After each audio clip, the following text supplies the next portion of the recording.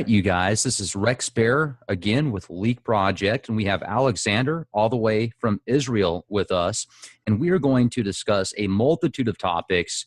Right now, we're going to finish up with the breaking up of America and what many of the elitists see in their future visions of the United States of America being a disbanded, essentially each state for themselves. We're going to talk about that and some comparisons with other countries right now that have kind of gone through the same path. So, Alexander, I appreciate you coming back on the show with us here at the Leak Project. I know your time is extremely valuable, and it's difficult for you to carve time out of your schedule to share information with us here at the Leak Project. So I really appreciate it.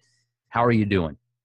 Good, Rex, good. It's not so much that my time is valuable, it's that I take a little effort to disguise my exact location for security purposes, which I admire you for not doing.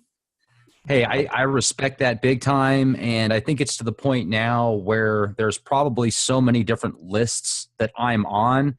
It would be kind of a diminishing return to try and get off of these lists. So I'll just take it with a grain of salt and embrace it. And you have so much information. I mean, one thing I do want to share with our audience and with you as well is I really respect discussing ideas and visions and theories with people that have a high intellect.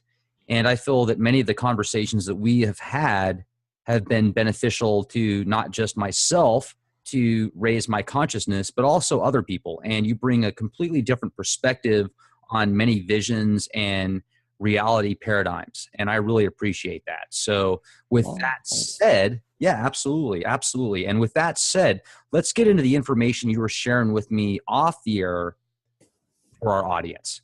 I brought up as an example the country of Estonia. I just today went into a site called crack.com and saw that they made another article how they're afraid that Russia will invade them again. Basically, you have what's called the Baltic states, three countries, small countries of 2-3 million people who are on the on the northwest side of Russia.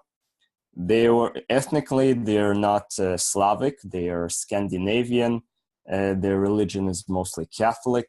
So they're descendants of people from, northern Germany, Denmark, Sweden, who settled in these areas. So the Russians occupied them. They were part of the Russian Empire. Then after the Bolshevik Revolution, they split off. They worked with the Germans. Then they fought against the Germans. Then the Soviet Union occupied them literally a few months before before the German invasion of World War II. And they were one of the most anti-communist areas in the Soviet Union. And maybe you heard about the Forest Brothers movement, of like a small guerrilla group that attacked the Soviets after World War II. They've been good buddies with the CIA for many years. So when the Soviet Union started into its collapse, they were one of the first, if not the first area that broke off because they hated the Russians so much. The evil Russians really hated them.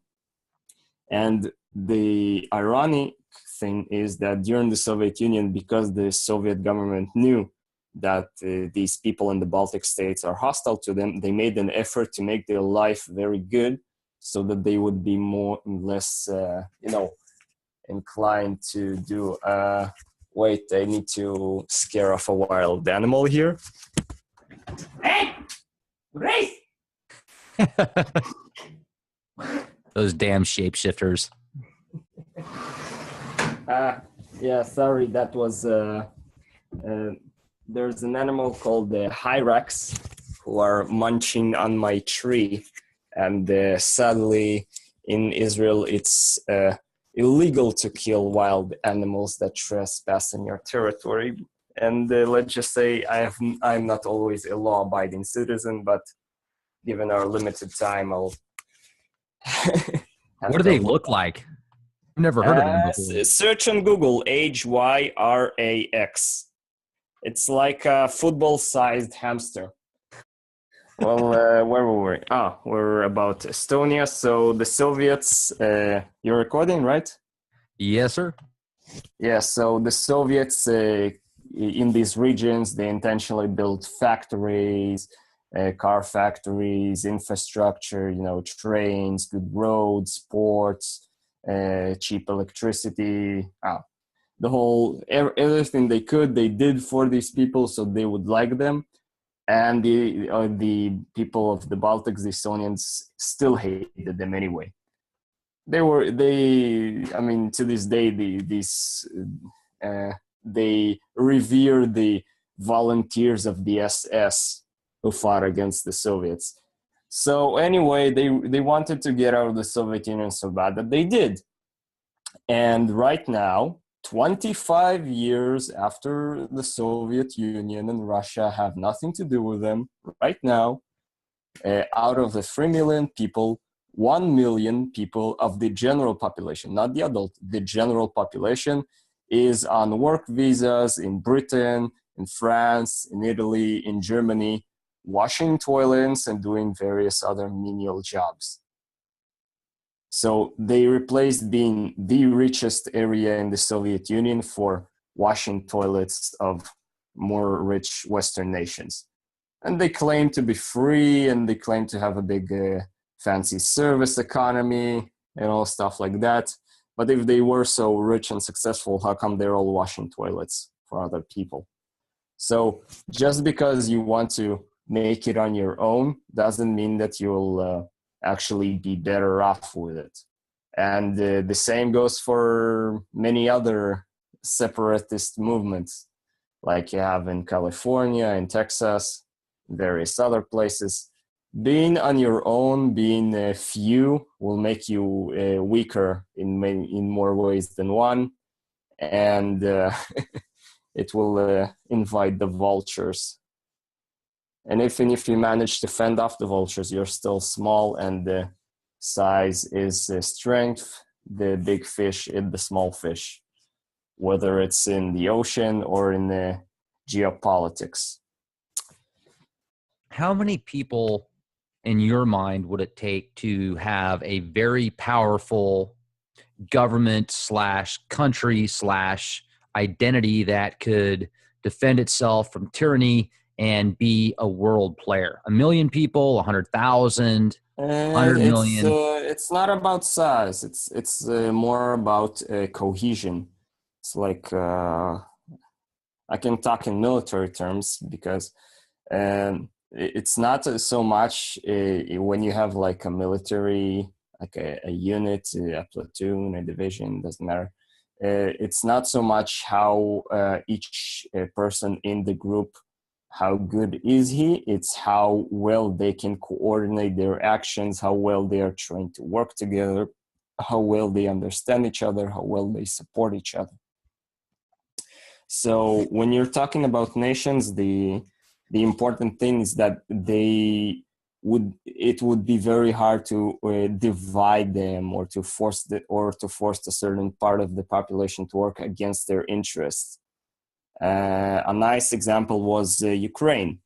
Right before the revolution, the president of Ukraine had two offers. He could join Europe, and the Europeans offered him $2 billion. And then Russia came with a counter offer of $5 billion. And obviously he took the Russian offer because that's the sane thing to do, because the Russians offered a hell of a lot more money through various subsidies on gas and common industrial project, import-export agreements. And the Europeans offered nothing really.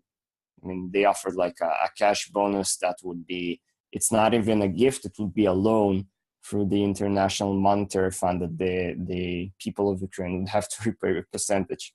So obviously the president of Ukraine said no to the European offer, and the Europeans got pissed off and rolled in the Soros group to start their big Ukrainian revolution. And we all know what happened after that.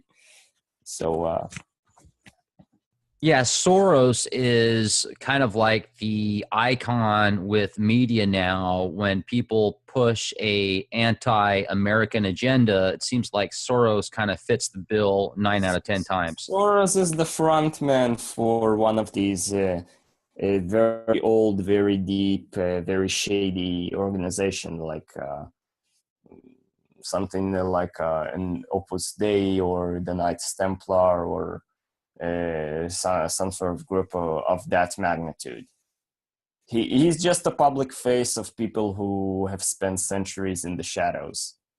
But he's the guy, quote unquote, taking the flak for these shady groups. I'll get accused of not properly answering your question. So again, it doesn't really matter what number it is, what resources they have, as long as they manage to keep themselves, united and not let external forces divide them and then exploit them as a groups, what you call destruction in detail. They will be strong. You have a few countries in Africa that, despite all the civil wars and neo-colonialist looting around them, managed to keep themselves together and emerged as relatively, pretty fine. Since we've been doing these interviews, especially, it seems like there's some people out there that will leave these just stupid comments that will say stuff like, "Oh, well, that person's a Jew, so it's all their fault. Oh my gosh, they're a Jew, and everything that's wrong with the world." Oh, I have a counterexample. I saw in one of the videos we made some guy saying, I'm from Ukraine, but I have a Jewish grandmother, so that allows me to say anti-Semitic things. How does that work? I don't care about these people. Is it As long as they don't have anything meaningful to say except he's a Jew. It's like you have right now in American politics, he's a Russian agent. You work for Putin. No, you work for Putin. No, you work for Putin. No, you work for Putin. It's the same thing. You're a Jew. No, you're a Jew. No, you're a Jew. No, you're a Jew. It's stupid people who have nothing smarter to say. So who cares about them? Seriously, I think you're deleting some of the comments. Don't. I enjoy it. It's fun to watch. It's fun to watch the stupid people. I mean, if they had the actual criticism, then I would have worry. But they don't have anything smarter to say against what I'm saying, except, "Oh, you're a Jew." So, okay, that means I'm doing everything correctly. And I'm pissing you off, which means I'm not only doing everything correctly, I'm doing everything effectively. And I'm bringing this up to find out, is there a specific agenda to like any organization or group of people or religious preference or corporate interest that has a specific amount of influence and power? There's something behind the scenes that seems to attempt to offset it or discredit it or make it look like it's evil or wicked or satanic or Luciferian. Oh yeah. This is gonna be a little long segment. Obviously, we never got the chance to do the origins of all these, Freemasons and Illuminati and the Jews. And I mean, there's good Freemasons out there too. Yeah. I mean, there's plenty of people out there that are Freemasons that are amazing people. So I feel like that's another thing that's kind of used as, oh, that person's a Freemason. Oh, that person's a Rosicrucian. Oh, that person's a Knights Templar. No, they were very nice. There were very nice people in the NKVD. It doesn't mean that the organization as a whole is geared towards doing something good. But in general, a lot of groups have it out for the Jews because they correctly see them as competitors. Because, see, the error of the Marxist model of the elite, the middle class, and the lower class is that it says that the only way that the middle class can overthrow the elite is through violence.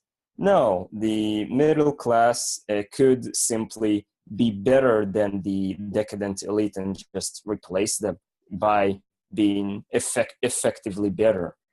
So that is why Jews are always feared, because let's trigger all the racist neo-Nazis.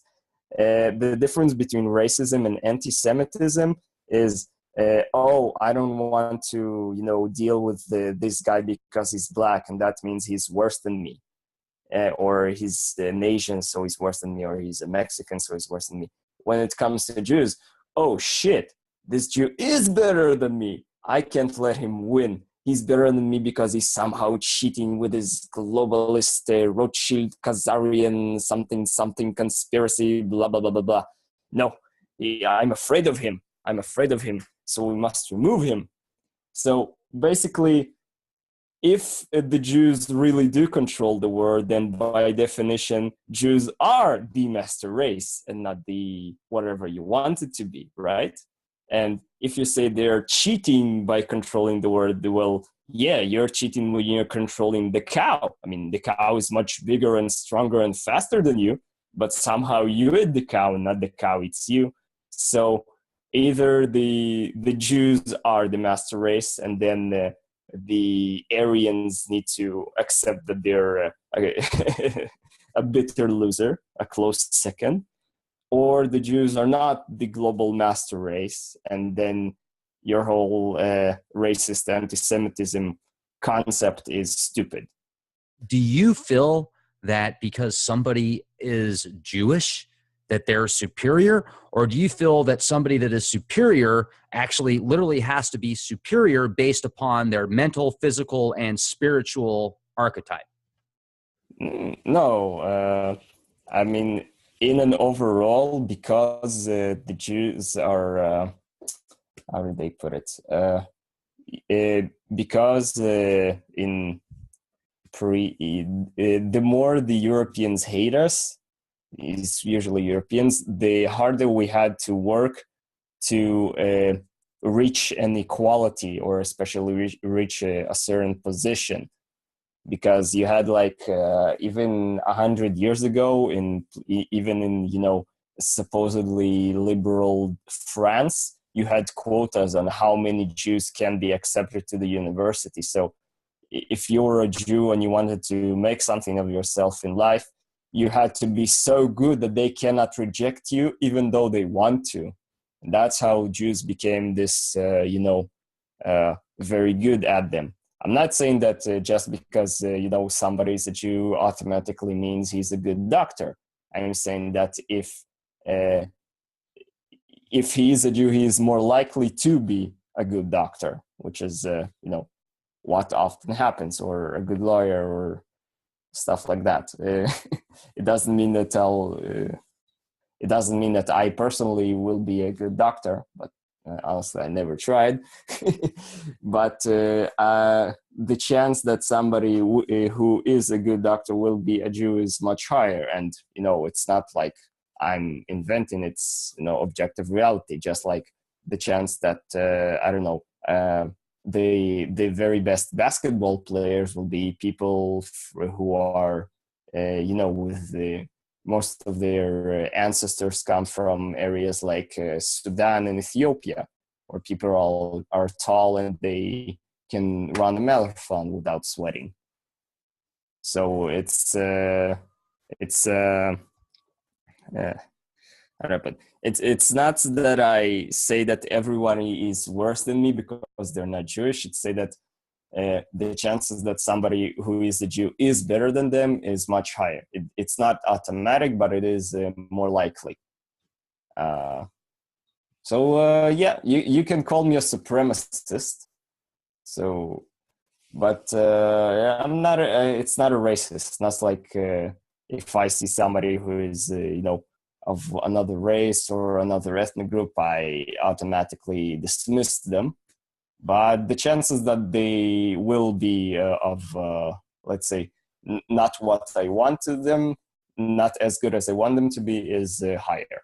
So yeah, you can accuse me of bigotry, I think is the word.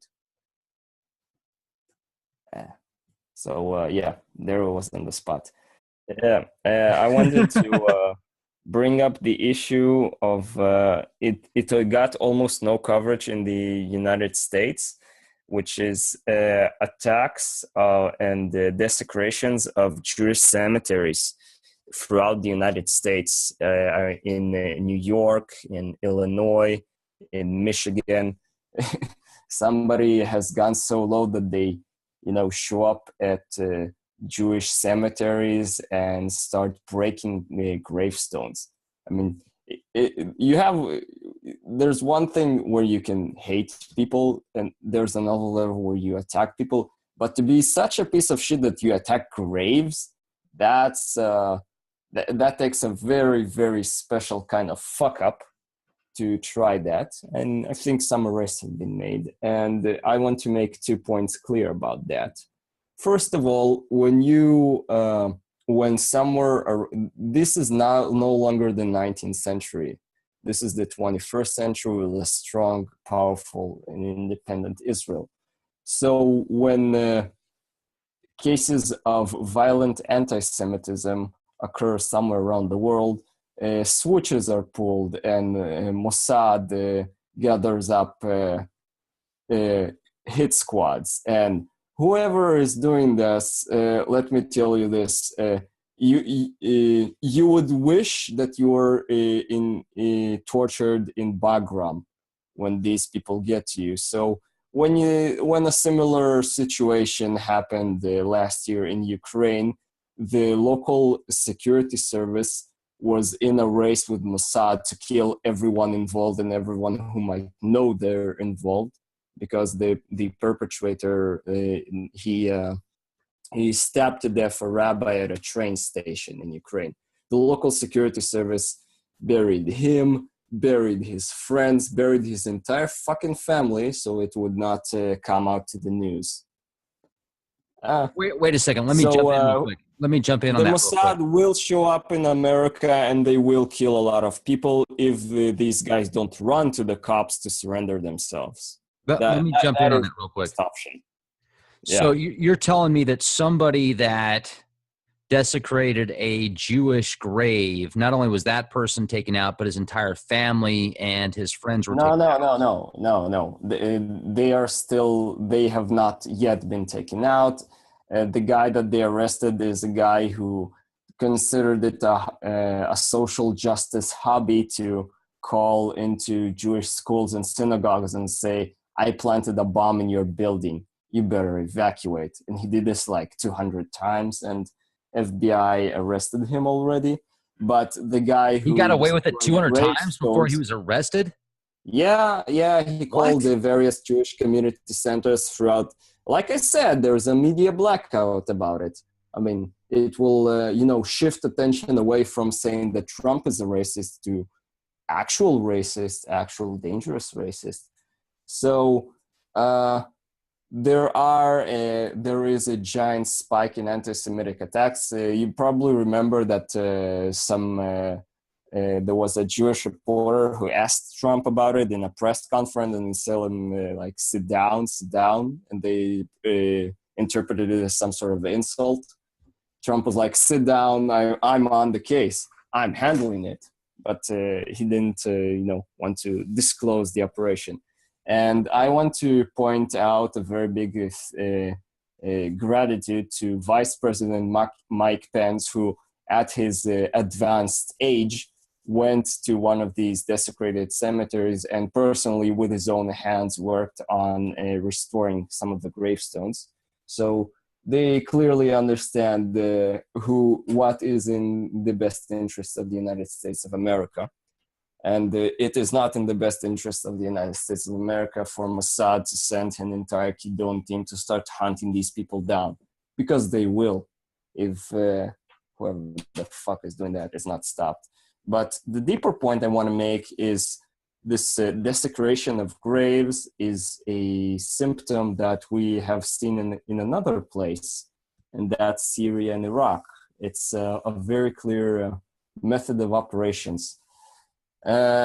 In America, you don't really understand historical landmarks, but in the Middle East, in Europe, in all these places, old ruins are considered sacred, and nobody ever touches them unless it's like very, very important. And definitely nobody destroys them. I mean, in in in Syria and Iraq, these are places that were, when the Muslims conquered them, that was by people who knew Muhammad personally. And the people who knew Muhammad personally decided that the pagan temples in Palmyra or the Babylonian statues in Mosul and Nineveh should not be destroyed, should not be touched, because, I mean, why? It's been there thousands of years before you. It doesn't do anything. It's a monument. It's property that belongs to the people who live there. So when somebody shows up and starts, destroying these ancient temples, he's clearly not from there, not from the region, and B, he is clearly under orders to do that, because it's not even civilized. Even uncivilized people don't do this. And I mean, I would somehow understand that in their perverted Wahhabist religion, you somehow destroy, pagan temples. But when you start attacking graves, like, why the fuck would you attack graves? I mean, you have Jonah, remember the guy from the Bible who got, eaten by a fish? It was a submarine, an extraterrestrial submarine by the reptilian shapeshifters from planet Reticuli. Yeah, anyway, the guy had I'm being sarcastic. I hope you know this. Yeah. The guy had a little grave west of Mosul. I mean, the grave has been there since he died 2,500 years ago. It's still there? It survived all the wars. Even the Mongols didn't touch it. Why? Who the fuck do these ISIS guys think they are to show up and 2,500 years later just blow it up because they decided it's somehow against the will of Allah? And all the Muslims who lived in Mosul since, Islam started decided that it's not against the will of Allah to have this guy buried there. But no, they blew him up. And the reason they blew him up is because they were ordered to. Because when any sane person hears that there is a group that is willing to blow up graves that are thousands of years old because they feel it's somehow bad, is a person who is willing to go and fight them. So it was this whole attack on monuments and on archaeological sites. It's an agitation. It's a very classic agitation campaign run 99.999% certainly by CIA or the shadow element of the CIA to provoke people throughout the region to fight against ISIS, because that is insulting. And the same thing is being done right now with these Jewish gravestones, because once they start catching people who did this, and they will show them to belong to a certain, political or racial affiliation, it will cause people on the other side, on the Jewish side, to be more willing to start a fight with them. And like I said, I see this whole thing with Trump as a very, it's a campaign of total destabilization across society, across whatever group you're in. You feel more isolated and less willing to engage with other groups in the population. And that is why when there is an external threat, you will be less likely to cooperate with them to resist external forces that attack you. Which, like I said, if suddenly the United States Army is no longer defending the border and all you have is the National Guard, a threat like it could be a Red Dawn scenario, or it could be just the various Mexican drug cartels just load up into pickup trucks with machine guns like ISIS did, and just go into the southern area of the United States to loot as much as they can from the evil gringos. And then you have the white supremacists and the blacks will find it very hard to cooperate against these people, and they will fight them separately, and they have a chance of losing. So I hope that these people are surrender themselves to the police, and hopefully the government will be able to stop whoever in the government is perpetrating this before it escalates into a hell of a lot more violence. Let me jump in on that real quick, because I just had a gut feeling that this is an inside job, that there is some faction behind the scenes that is pulling these strings and is paying these contractors essentially to perform these acts. And let's go on. Let's talk about this for a minute, because I have been thinking very heavily the past few days about war games, about war scenarios and possibilities and things that other countries can do to take over this country specifically. And with the commercial applications, and with as laxed as the United States of America is with allowing other countries to produce goods and products and vaccines and medicines and a multitude of products for the U.S., I could see there being very easy ways for other countries to literally take over the United States of America. Now, let me add something to this right now. If there is a organization or a group or a country or a faction that creates some type of nanotechnology, and they find a way to get that nanotechnology embedded within certain political leaders and certain corporate leaders, they could then use that nanotechnology to basically rewrite the cerebral cortex and control the brains of political leaders. So instead of taking over an entire country, find a way to get into the minds of specific political leaders, and then you control them. And then behind the scenes, in your own couch, on your own couch, in the basement somewhere, in some garage somewhere, in some secret organization or military outfit somewhere, you could literally control the political leaders and have them sign certain bills, create new regulations, and start a coup without sending any military personnel overseas.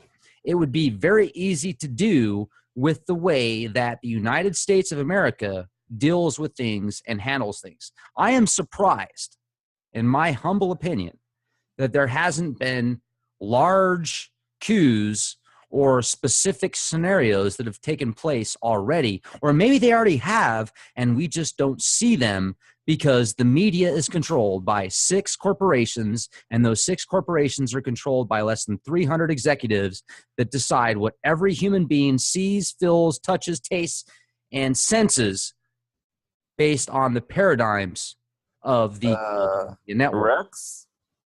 Yes. I'm afraid I have to accuse you of becoming mainstream person, because knock it off. Don't do that. Various public voices on both sides of the spectrum of the United States are openly in the last 2 or 3 weeks openly saying the United States is in a state of a cold civil war. There is open civil war in the United States. It just didn't descend into shooting in the streets. It's political, it's accusations in the media, it's various shadowy deals, backroom backstabbings, but a civil war is going on. It did not turn openly violent yet, but it is going on. And so they don't, the equipment to control individuals exists. They don't really need it to do this, because instead of your fancy nanotechnology, you can just buy off most politicians with money.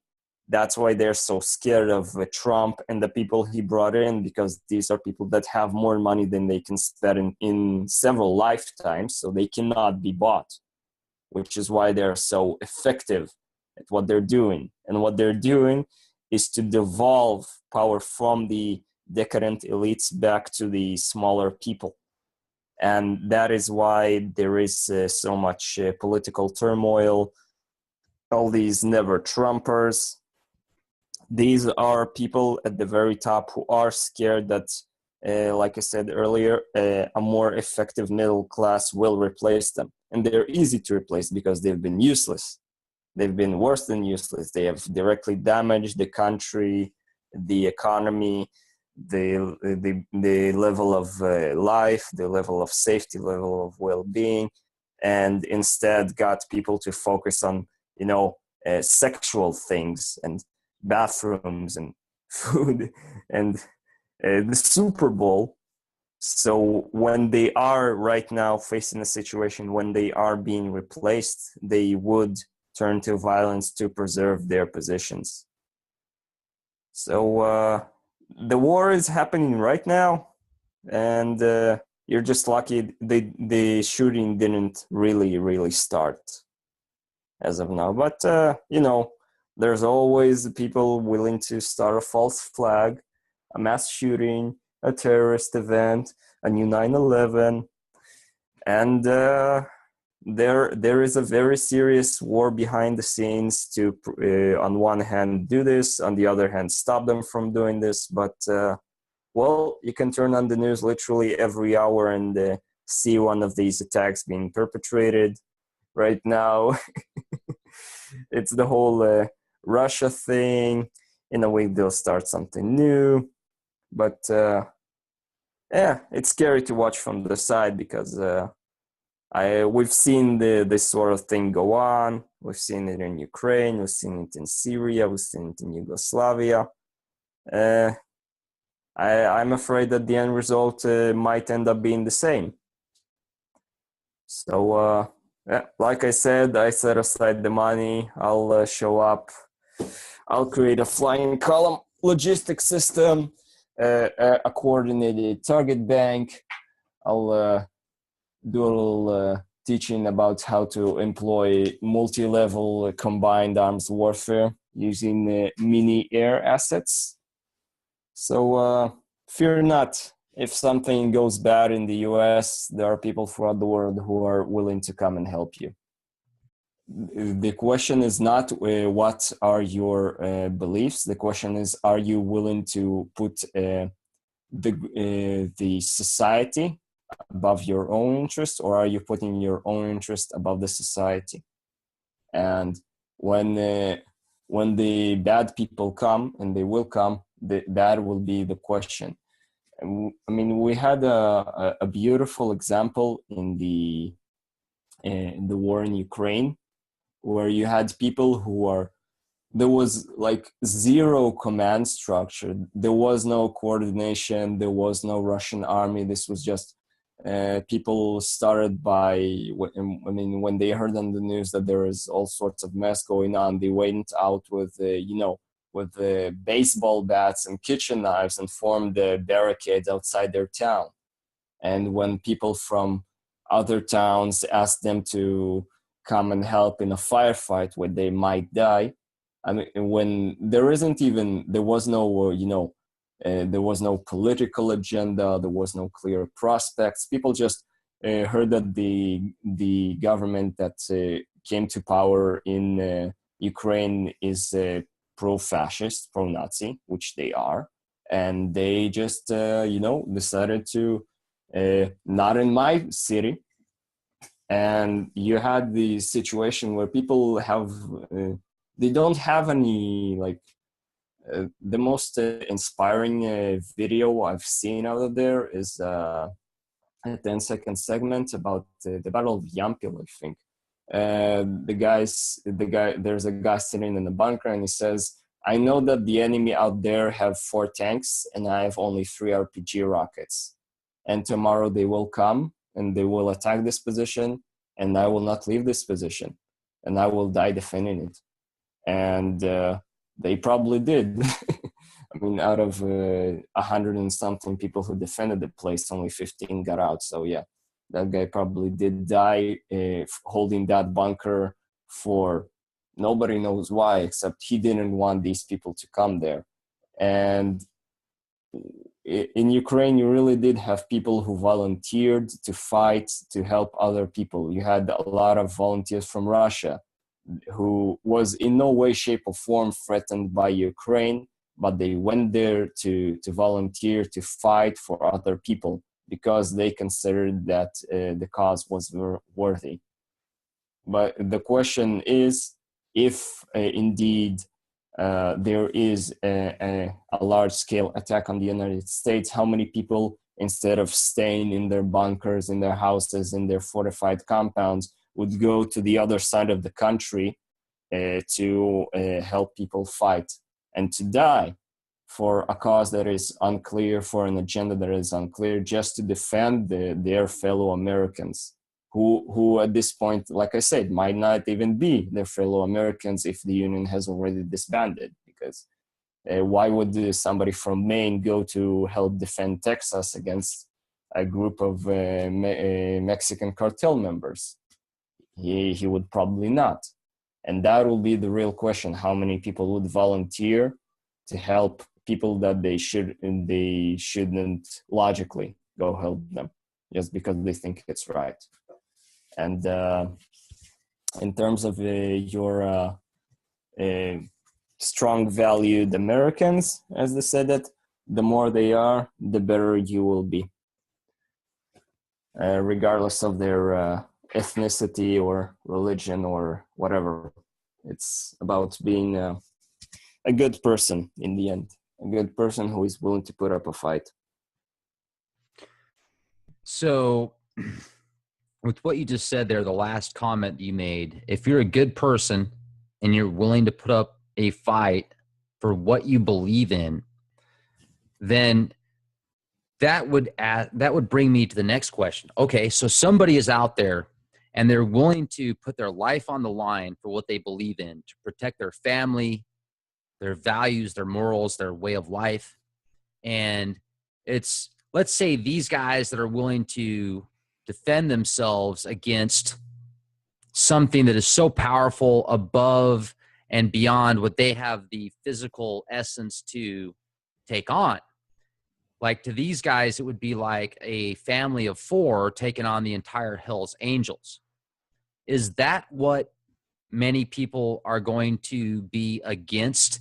Like, if somebody, let me give you an example. Let's say 5 years from now, the United States has turned into a cesspool of nightmares because the federal government has completely disbanded and states are doing their best to just... It could be 5 weeks from now, Rex. It could be 5 weeks from now. It could be 5 days from now. With what I see, I mean, there's so much stuff going on right now, and I can clearly see that the powers that be are doing their best to manipulate every situation so that their bloodlines can come to the rescue. But here's the thing, Alexander. I was warned about this 25 years ago, about the disbandment of the United States of America. I was warned 25 years ago about the mark of the beast. I was warned 25 years ago about martial law, about concentration camps, about if you don't take this microchip that will follow your every move, then you will be either beheaded or put into a FEMA type camp. And yes, did that have an impact on me? Yeah, it still does to this day. I remember at 14 years old, people were warning me about this stuff that had parents that worked for the FBI. So yes, this kind of stuff has had an impact on me, yet it hasn't happened yet. And as much as I've worried about it in the past, I used to be the guy that was always like, oh man, they're going to shut down the internet. Fukushima is going to kill everybody. The powers that are going to round up everybody, put them in FEMA camps, and there's nothing we can do about it. But it hasn't happened yet. We're still here. The internet's still going.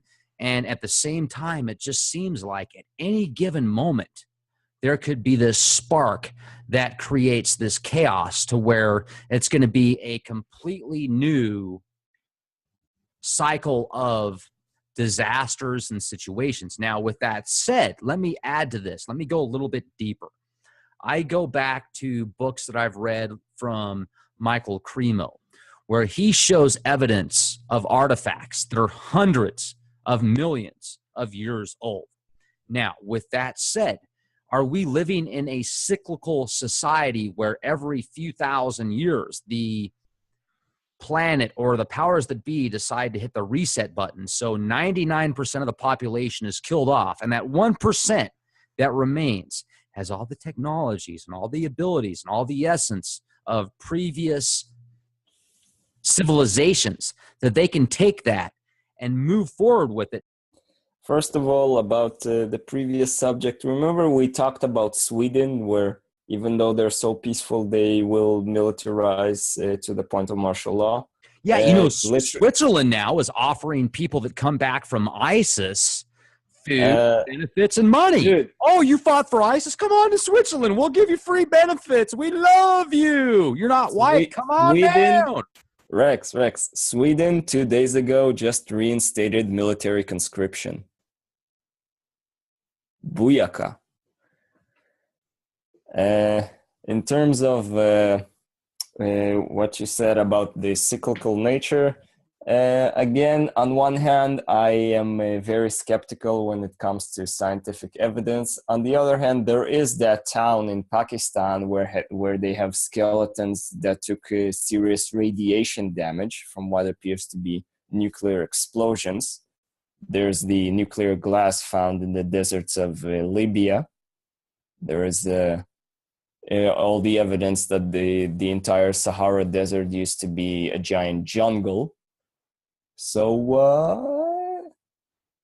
let's just say I don't have the definitive proof, but I do have suspicion. And who said it? That beyond a certain technological level, it is impossible to distinguish between technology and God. So it is a very plausible scenario. How well is the proof? I am skeptical, but it is more than possible that it is the reality. Technological progress, it's much faster. I mean, especially once you hit a point where you do have the basic thing that holds back technological progress is mathematical progress. And once you, for example, once you know calculus, you can go all the way to, once you know basic calculus, you can immediately deduce Newtonian physics. And once you know slightly 19th century calculus, you can do electricity or thermodynamics.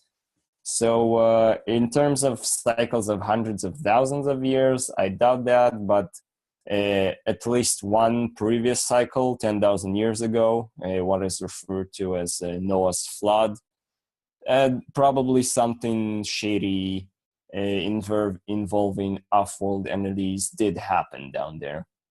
My personal belief, again, belief, not the fact, belief, is that Earth is like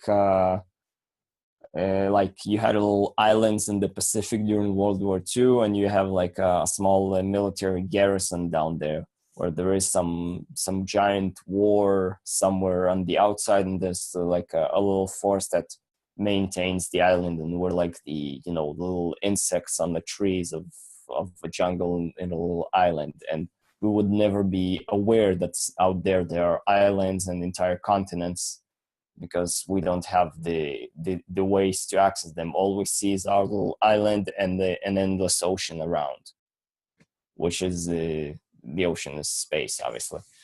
But so yeah, there are a few soldiers, and they're hidden away in some bunker, and they rarely, if ever, come out. But yeah, there is probably some sort of let's call it off-world garrison that keeps the place in order in case it's needed for something more serious. That is my personal speculation. Whether there was various events in the close to prehistory or very beginning of history, probably yes. I am not absolutely confident, but probably yes. Let's move on to the recent fiasco where Trump is blaming Obama for wiretapping the Trump Towers. Do you think that that's just some political smear campaign, or do you think there's some validity to that? I am 100,000% sure that Trump did order, that Obama did order Trump to be wiretapped because, as Nancy Pelosi said, the US government has never wiretapped any American citizen ever. And you know that anything that comes out of her mouth is total lies. So, of course, you know, the NSA wiretaps everybody. So naturally, they also wiretap the Trump Tower. Whether he was specifically wiretapped, yes, of course, he's a total enemy of their entire decadent elite group. Why would it? How is there a situation where Trump is not wiretapped? And furthermore, when the media publishes like a conversation, the content of conversation between Trump and foreign leaders, yeah, that's beyond wiretap. That's like a violation of national security up to treason. I mean, if Trump really wanted to, he could get the people that say leaked the content of his conversation with the Australian Prime Minister and have them, executed for treason, for high treason against the United States. There is no doubt in my mind Trump was tapped, and they were looking for something bad to say against him, and they couldn't find anything. That's the big irony of it. For all the wiretapping, they couldn't say anything bad. I mean, in terms of the shady thing that Trump actually did, he went to America's natural and less natural allies like Russia, like Japan, like Britain, and basically said, I'm gonna, liberalize the economy. I'm gonna start dismantling this whole crony capitalism, monopolistic system, and I'm gonna get attacked by the good old boys, the secret clubs, and I will need political and financial backing so that they would not crash the entire American economic and political system. So Japan vouched for, I don't remember, $100 billion, something like that. And Russia vouched that they would coordinate all their international actions with America so that instead of, exploiting Trump being busy on the home front, they would not do some radical move in Ukraine or in Syria that would put America in a bad state. Same thing happened with Israel. I mean, Netanyahu met with Trump. They discussed that the main interest that Trump wants is to have what we call in Israel industrial quiet, so that he would be allowed to, push through the first weeks or months of his presidency, push all his key reforms, and then he can, handle things outside the United States without being when he really has the time to invest in it. That's the big shady secret deal he made with all the foreign powers. So I mean, yeah, if you want to be a very annoying technical lawyer stuff, he did on behalf of the United States accept economic deals and various financial benefits. It's not exactly a conspiracy to do something bad, and he's definitely not a Russian agent, and he's not controlled by Putin. He made a deal with Putin. I give you this, you give me this. As the president, that's what he's supposed to do. And they're presenting it like it's somehow wrong because, I mean, they all read from the same book, and in their book we already have the TTIP, and the people who decide about international, economic deals between countries is not their elected representatives, but some shadowy international court. So they're still thinking in these terms that how come he did something? How come America can do a deal with Russia without the International Monetary Fund court deciding what they will and won't do. So they're still working off their playbook. They haven't realized that they went off script, completely off script with Trump getting into office. So that's all these, that's at least what I see from all these attacks being perpetrated against him. You know, let me add to that, because you've got amazing, the most fantastic, the most intelligent, beautiful woman in the world, Hillary Clinton.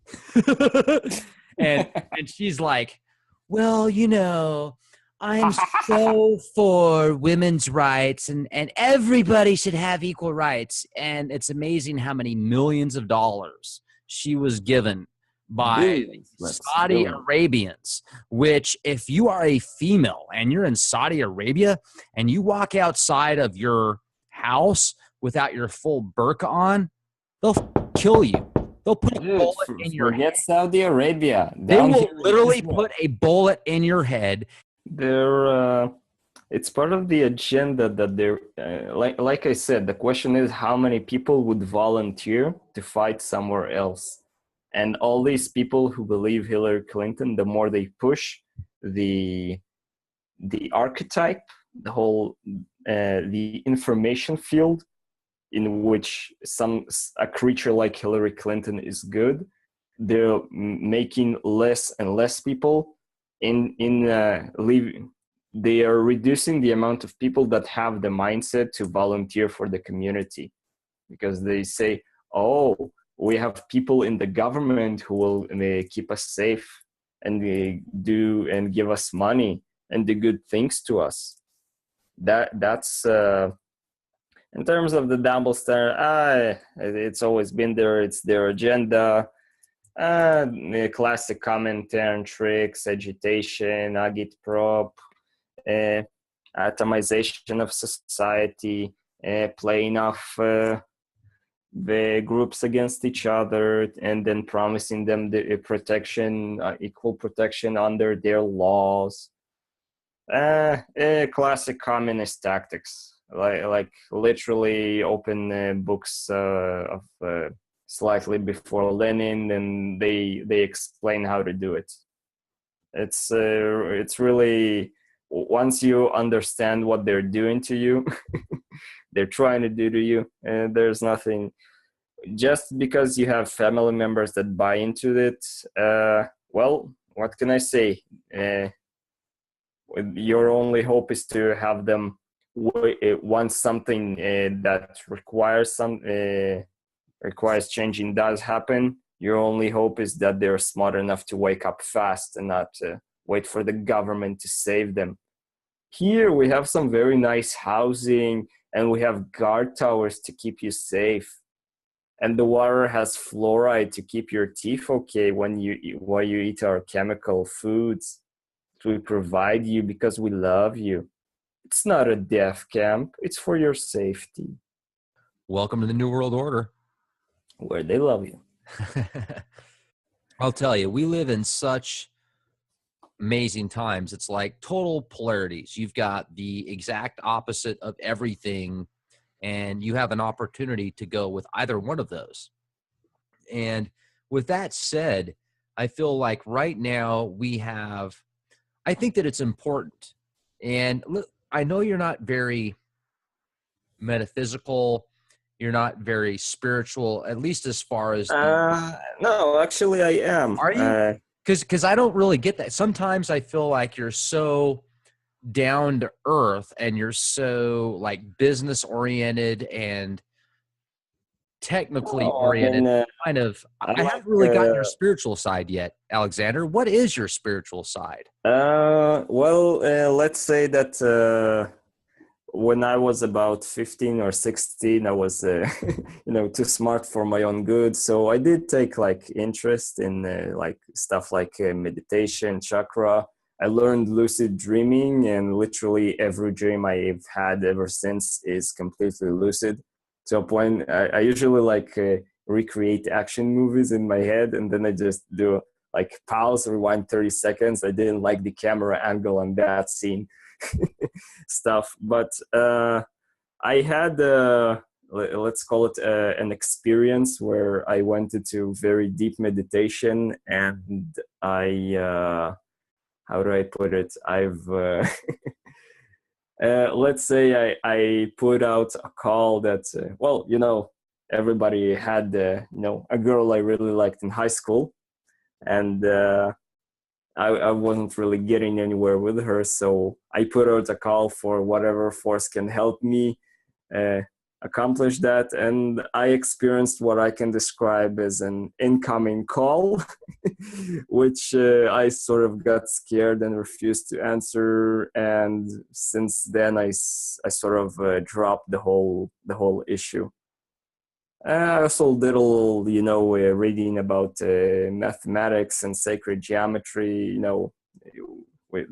We Jews have a lot of books on that subject, but I decided to abandon it because you have things like some called the Book of Creation, where it describes God.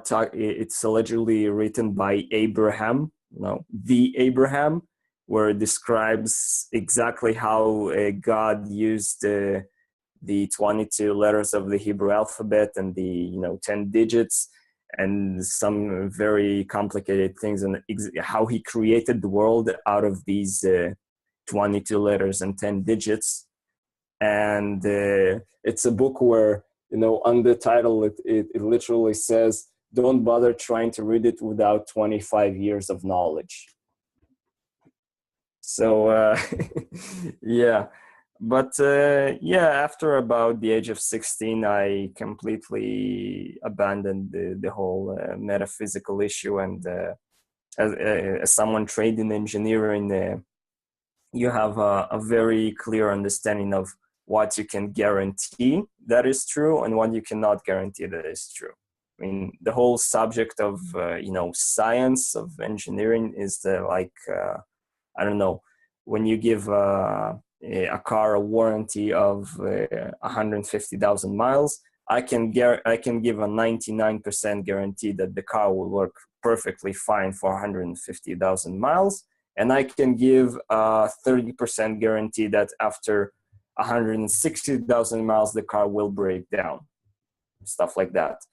So you can really know that this is true. You can prove it beyond a doubt. And when you come to metaphysics, it's a lot of feelings, beliefs, speculation, or something somebody wrote in a book, where you don't have a way to absolutely confirm that it is true.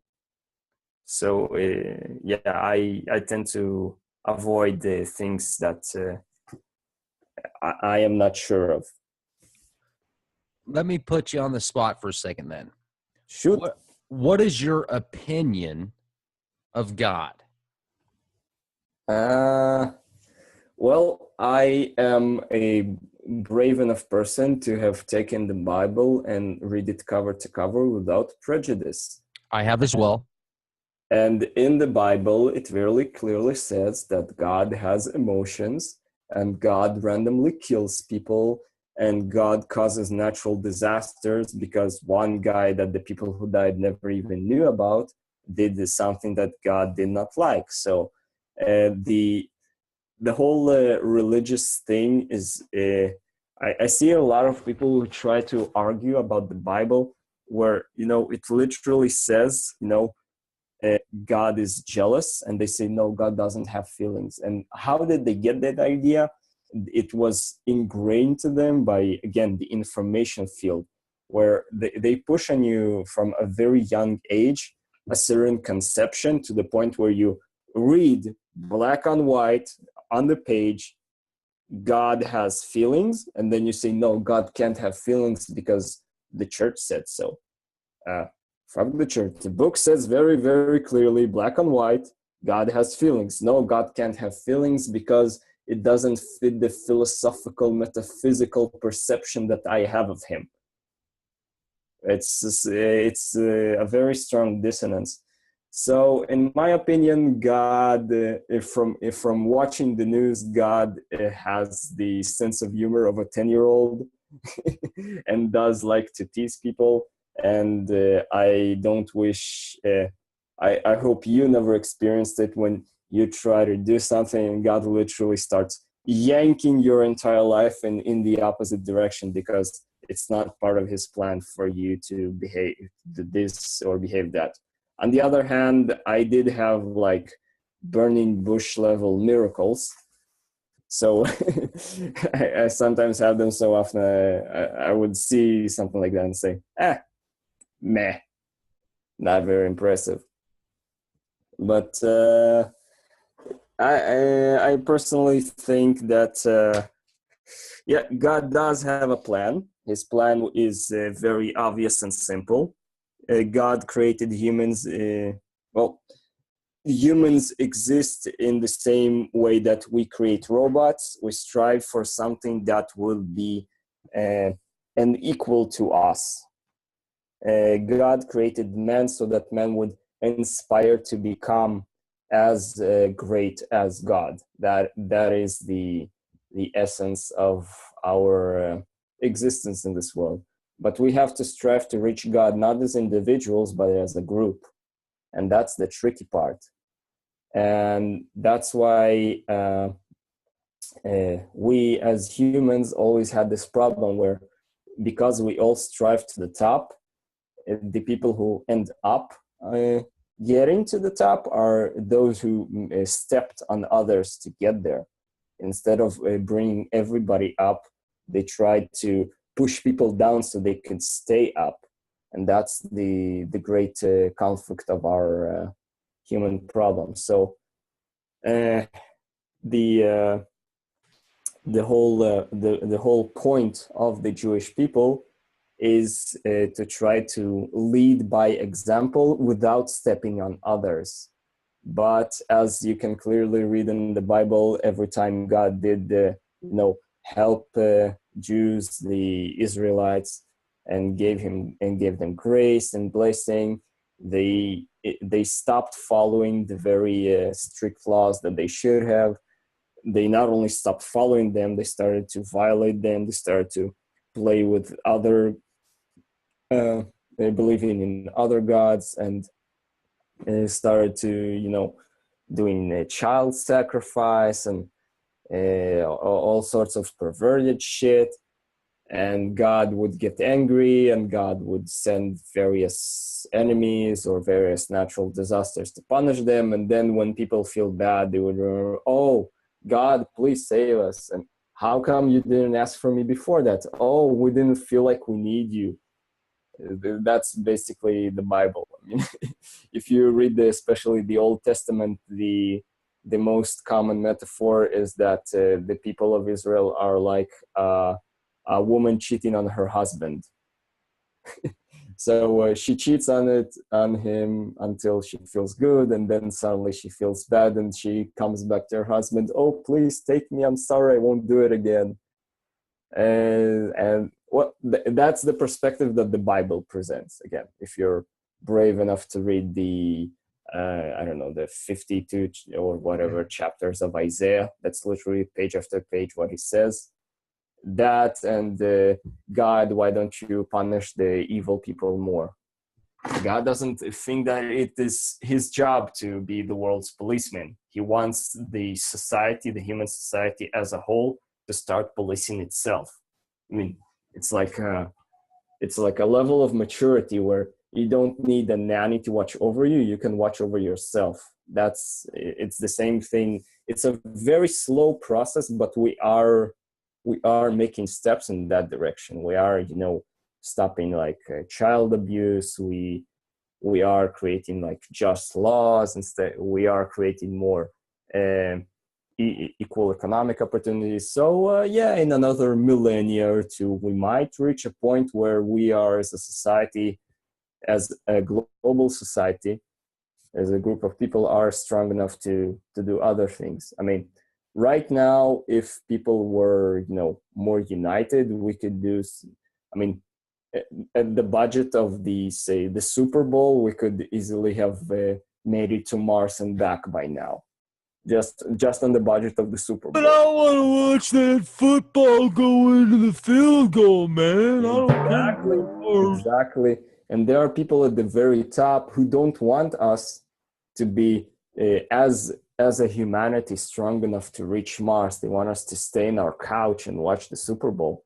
Well, they make the technology to go to Mars, but only the select few, only the chosen that they select. I mean, I don't think I talked about it. I should do like a whole show about 3D printers. I mean, the unimaginable potential. I mean, right now, Rex, right now, for the measly cost of about $300, you can buy a machine that will create out of not just plastic, out of metal, any object that basically fits into a bucket. It can be anything from a toy to, I don't know, a pen to an engine part. There are technologies that are not released to the public where you can literally like buy $3,000 worth of something like an ink cartridge for a printer and just print piece by piece an entire working car and assemble it like IKEA furniture for $2,000-$3,000. The technology exists right now for a fraction of the cost, but it is released. It's not even suppressed. It is released, but they are intentionally not giving it the publicity that it should have because it is so awesome.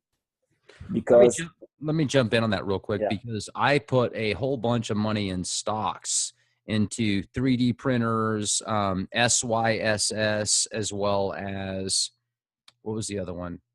What's SYSS? I don't know that. SYSS is a 3D printer company that has a pretty high stock market value. It's a company. 2013 was the year for 3D printer stocks. It went really high, and then it took a big, huge dump. And then there's also Organovo, which supposedly was printing 3D liver assays, which were supposed to be used for pharmaceutical drug testing. Oh yeah. The technology. I mean, when I was in university, we were listening. All these technologies. Again, you will, if if the 3D printer reaches the same popularity as not even the cell phone, but I don't know, the microwave, another simple example. When the 3D printer, when every home that has a microwave also has a 3D printer, concepts like most of the large scale industry, the concentrated industry, will completely disappear. I mean, why should you buy a car for, I don't know what it costs in America, probably $50,000, a good new car? Why would you pay $50,000 for a good new car when you can make it by yourself with a week's work and $3,000 of materials for the printer? Why would you? Basically, you have the more advanced models that are probably only available to the military, where they can not only combine metals and plastics, but they can write electric circuitry as a 3D printer. So then instead of buying your new cell phone, you're just gonna make it in your house for, I don't know, $50 worth of material. And you'll never need the factories in China. You will not need all these giant factories with 10,000 people. Basically, industry will completely, all heavy industry, except for, I don't know, making ships and planes probably, will be completely gone. And the countries that hold all of these, giant factories, especially China, but also, Thailand, Germany, Russia, places like that, their economy will completely collapse because, as Karl Marx said, the people who control the economy are not the people who produce things, but people who control the means of production. And when everybody has a means of production sitting on his desk at home, there will no longer be control of the means of production. And you will no longer need a government subsidies and stuff like that, because you can do it right here at your house. And if, say, what we talked about, the solar panel, if everybody has a solar panel in his house and he doesn't need the electrical grid, imagine what happens then. And when you have fancy desalination technologies and you no longer need the city water systems, you no longer need the electricity, all of these government utilities, when you no longer need the government will either have to force you to need them in the North Korea style, or the government will disappear. And all the people, the very top, will completely lose their control over all the, unchosen, unworthy, the simple people. And that is why they are so afraid.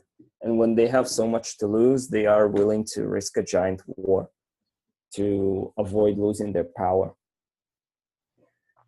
I go back a couple of years and I think about when I was very close to dropping a few $1,000s on a 3D printer. This was back in 2013. And this 3D printer could actually take different metals, different materials, and print up things at a very accurate level. And what you're talking about with, being able to print up car parts or specific electronic parts based on a schematic. It's not car parts. Anything that can fit in a bucket, this could produce. Exactly. Anything. And you've got things like there's Onvo, there's 3D Systems, there's SYSS, there's a whole bunch of MakerBot. There's a whole bunch of different 3D printers that you can actually purchase right now, whether it be from Office Max or Best Buy. But what else I've noticed is the past year, the 3D technologies and the 3D printers has kind of gone on the back burner. Now you're seeing things like drones and other incredible technologies, which are really making the forefront of consumerism. Yeah. What you just said, these 3D printers, you can print up, they're literally trying to figure out how to print up body parts. They've got systems out there now that can print up technology, lungs. Rex. Yeah, I know. Rex. I know. No, I get it. No, you're right. 10 years old. I get it. 10 years old. Yeah, I know. You're right. There's stuff that's 10 years old where they can print up body parts, yet the government and the pharmaceutical, medical, military, mind control, mafia, industrial complex wants to keep people suppressed. And pretty soon it's going to be like, okay, you're a billionaire, so you want to buy another organ for your body because it's failing? Okay, we'll sell it to you, but you're going to have a lot of money and a lot of know-how. In terms of creating organs in my university in the Technion, they had this 10 years ago. They created entire working tissue ready for transplanting. They would take a human cell and forcibly, no, that's 5-year-old technology. They take a single hair, extract the technology, put it into semi-synthetic stem cells, and then just grow an entire working heart that is an exact match to your DNA. It's not even like a transplant level where you need the immunosuppression. Every cell within that heart will have your exact DNA. What they have now, they can probably print an entire working human body without much difficulty. It'll cost them a few millions, but they have the technology to do that. Start to finish, print up an entire human body. They have that.